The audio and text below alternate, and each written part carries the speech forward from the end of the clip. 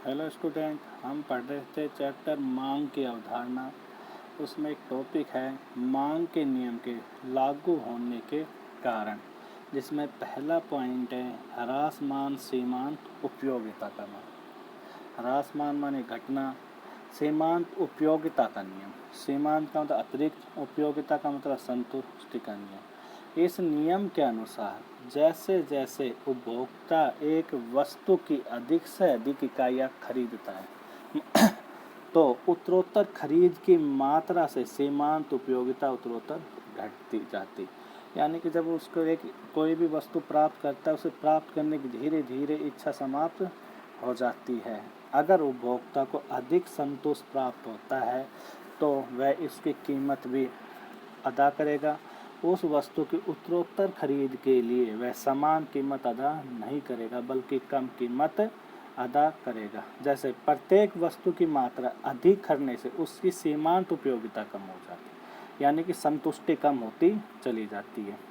यहाँ मैंने बोला सीमांत का मतलब अतिरिक्त एक इकाई प्राप्त करने की। इसलिए उपभोक्ता उस वस्तु की अधिक मात्रा तभी खरीदेगा जब वस्तु की उपयोगिता कीमत कम होकर सीमांत उपयोगिता के बराबर हो जाए।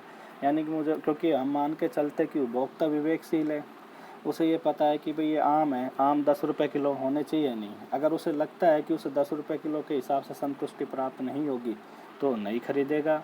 अगर 8 रुपये किलो तो 8 में ही खरीदेगा। तो फिर कहता है वस्तु की उत्तरोत्तर खरीद के लिए वह समान कीमत अदा नहीं करेगा, बल्कि इसी कीमत जब उसे संतुष्टि कम लगेगी, जब कीमत कम होकर आएगी तो ही वो कीमत अदा करेगा। इसलिए क्योंकि मांग के नियम के अनुसार कहा गया है कीमत बढ़ेगी मांग घटेगी, और कीमत घटेगी तो मांग बढ़ेगी। मांग का नियम कहते हैं जो कारण और परिणाम में संबंध स्थापित कर्तव्य इस कारण से। अगला पॉइंट है प्रतिस्थापन प्रभाव। यहाँ प्रतिस्थापन प्रभाव का स्थानापन्न।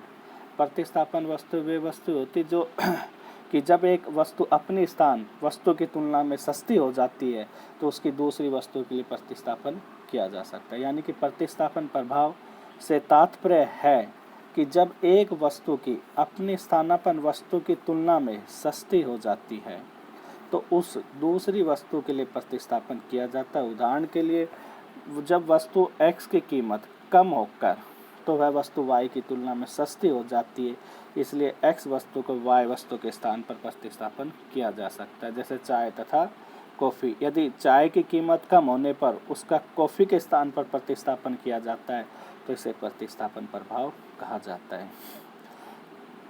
जैसे प्रतिस्थापन प्रभाव, यदि कोई वस्तु सापेक्षता सस्ती हो स्थानापन्न वस्तु के लिए तो वह महंगी वस्तु के लिए प्रतिस्थापन की जाती है। उदाहरण के लिए जैसे एक्स वस्तु को मान के चलता हूँ मान चाय, तो वाई वस्तु की तुलना में कम हो जाती है। वाई वस्तु कॉफ़ी, तो वो वस्तु सस्ती वस्तु एक्स को महंगी वस्तु वाई के लिए प्रतिस्थापन किया जाता है, यानी कि वाई वस्तु के स्थान पर एक्स वस्तु को, तो अर्थात एक्स वस्तु की मांग बढ़ जाती है।